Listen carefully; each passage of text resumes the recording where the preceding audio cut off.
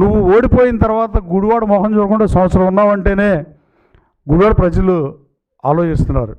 అలాగే రాష్ట్ర ప్రజలు కూడా డెఫినెట్గా అనుకుంటారు, పవర్ ఉన్నప్పుడే ఉంది, పవర్ ఉన్నప్పుడు పవర్ ఈజ్ పవర్. అల్టిమేట్గా పవర్ ఉన్నప్పుడు ఎవరైనా మాడతారు, ఎవరైనా ఏదైనా చేస్తారు. పవర్ లేనప్పుడు చేస్తే అది గ్రేట్.